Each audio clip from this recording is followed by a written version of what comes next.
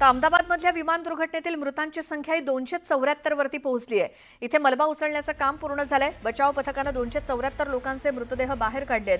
दरम्यान त्यापैकी 7 जणांचे मृतदेह डीएनए टेस्ट नंतर त्यांच्या कुटुंबियांकडे सोपवण्यात आलेत। मृतांमध्ये 241 जण विमानातले प्रवासी आहेत आणि क्रू मेंबर्स आहेत, तर विमान कोसळलेल्या बीजे मेडिकल कॉलेजच्या वसतिगृहातील 5 मृत आहेत।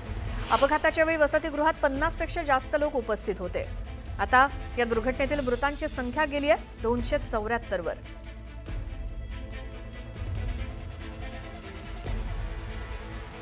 अहमदाबाद विमान दुर्घटनेप्रकरणी पायलट सुमित सबरवालनं एटीसीला पाठवलेला संदेश आता समोर आलाय। 4 ते 5 सेकंदात पायलटने मेडेचा संदेश पाठवलाय।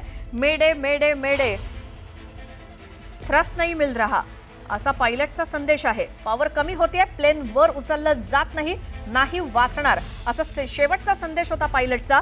विमानाचा पायलट सुमित सबरवालनं एअर ट्रॅफिक कंट्रोलर म्हणजेच एटीसीला पाठवलेला हा शेवटचा संदेश समोर आलेला आहे। 4 ते 5 सेकंदाच्या संदेशात सुमित म्हणत होता, मेडे मेडे मेडे, थ्रस्ट नहीं मिल रहा, पॉवर कम हो रही है, प्लेन उठ नहीं रहा, नहीं बचेंगे। हे शेवटची 4 ते 5 वाक्य पायलटची होती, जो कंट्रोल रूमला संदेश गेला होता पायलटकडनं।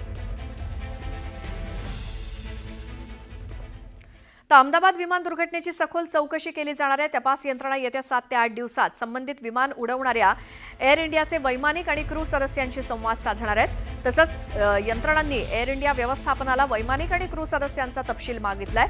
या विमानासंदर्भात वैमानिकांचा आणि क्रू मेंबर्सचा अनुभव देखील जाणून घेतला जाणार आहे।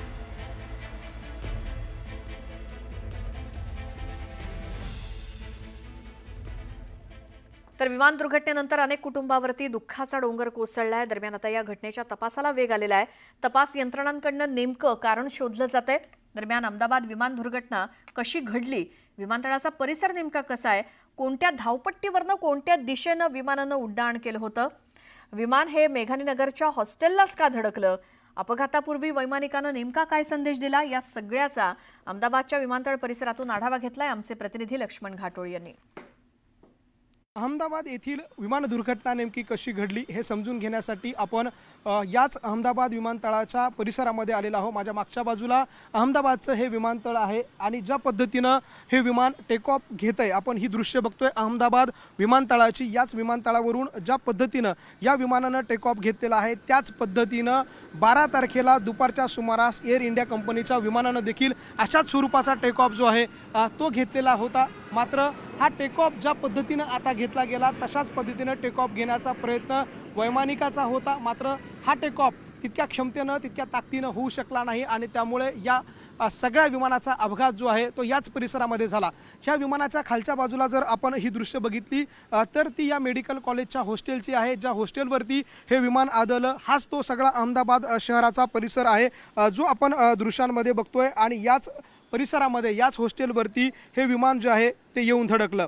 खरं तर ज्या वेळेला या विमानानं या एअरपोर्टवरनं या धावपट्टीवरनं टेक ऑफ घेतला त्यावेळेला जवळपास 600 ते 700 मीटर उंचीवरती हे विमान उडालेलं होतं। मात्र 600 ते 700 मीटर उंचीवर विमान गेल्यानंतर वैमानिकाला हे लक्षात आलं की आपलं विमान जे आहे ते टेक ऑफ घेऊ शकत नाही आणि त्यामुळे वैमानिक सुमित सबरवाल याने आपल्या एटीसीला अर्थात एअर ट्रॅफिक कंट्रोल रूमला एक शेवटचा संदेश दिला आणि त्या संदेशमध्ये सुमित सबरवाल असं म्हणतोय, आम्ही संकटात आहोत, आमचा बचाव करा। अर्थात त्यांच्या भाषेमध्ये त्याने असा संदेश देण्याचा प्रयत्न केला। त्यामध्ये तो असं म्हणतोय, मेडे मेडे मेडे, थ्रस्ट नहीं मिल रहा है, पावर कम हो रही है, प्लेन उठ नहीं पा रहा है, अशा प्रकारचा संदेश सुमित सबरवालनं एटीसीला दिला आणि तो अखेरचा संदेश होता।